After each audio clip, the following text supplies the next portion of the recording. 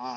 అందరికీ నమస్కారం అండి. ఈరోజు మనం కావేరి బెండ 077 ఫీల్డ్‌లో ఉన్నాము. ఇదొచ్చేసి నెల్లూరు జిల్లా నాయుడుపేట ఏరియా వచ్చి తాళ్ళైపాడు గ్రామంలో మన కావేరి 077 వేయడం జరిగింది. ఇదొచ్చేసి మనకి ఇప్పటికొచ్చేసి 55 రోజులు సుమారుగా అవుతుంది. ఇదొచ్చేసి ఇప్పటికి. ఇది 3 కటింగులు చేయటం జరిగింది. చూడొచ్చు మీరు కావేరి మన 077 వచ్చేసి కాయ కొయ్యటం చాలా ఈజీగా ఉంటది. అంటే కోత చాలా ఈజీగా తెగుద్ది కాయి. ఇరవటం అంటాము. చాలా ఈజీగా ఇరుగుద్ది. కాయ పెన్సిల్ టైప్‌లో ఉంటది. లావు రాదు. గనుపు ఈ రింగ్ గాని, గింజ బయటికి గూడా కనపడదు. మొత్తం గ్రీన్ కలర్ అంటే డార్క్ కలర్‌లో పెన్సిల్ టైప్ కాయ ఉంటది. ఇదొచ్చేసి మార్కెట్‌లో గూడా మంచి రేటు పడుతుంది. ఈ మీరు కాపు గూడా చూసుకుంటే మనకి పైకొచ్చేసి మన గెల గూడా ఇప్పుడు బాగా తయారవుతుంది. కాయ గూడా చాలా నైస్‌గా ఉంటది. ఈ హైబ్రిడ్ గురించి మన రైతు ఆయన మాటల్లో ఒకసారి 2 మాటలు చెప్పమని కోరుకుంటున్నాము. ఆయన మీ అభిప్రాయం చెప్పండి సార్ ఈ విత్తనం గురించి. మీ పేరన్నా? శ్రీనాథ్. గట్టిగా. శ్రీనాథ్. శ్రీనాథ్.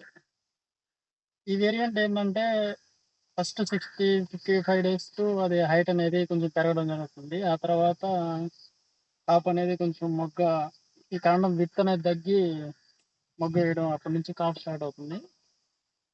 పర్లేదు కాయ అయితే విరగడం గానీ, దిగుబడి ఇంకా స్టార్ట్ అవుతుంది.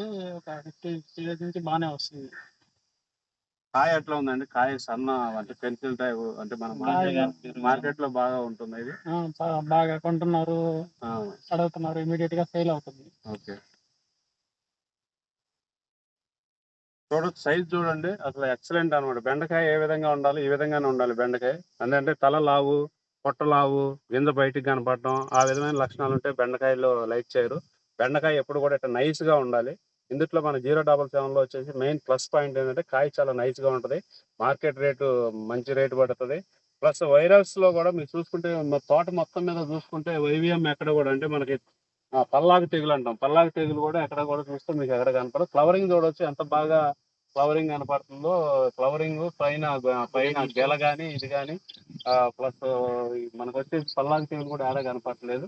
ఈ రైతు మన 077 కావేరి 077 ఏసి మనకి ఈ రైతులందరూ కూడా ఏసుకోదగ్గ విత్తనం ఇది. ఈ ఈ విత్తనం వేసి మనకి సహకరించిన మన రైతు గారికి కావేరి కంపెనీ తరఫున ధన్యవాదాలు తెలియజేస్తూ నమస్కారం.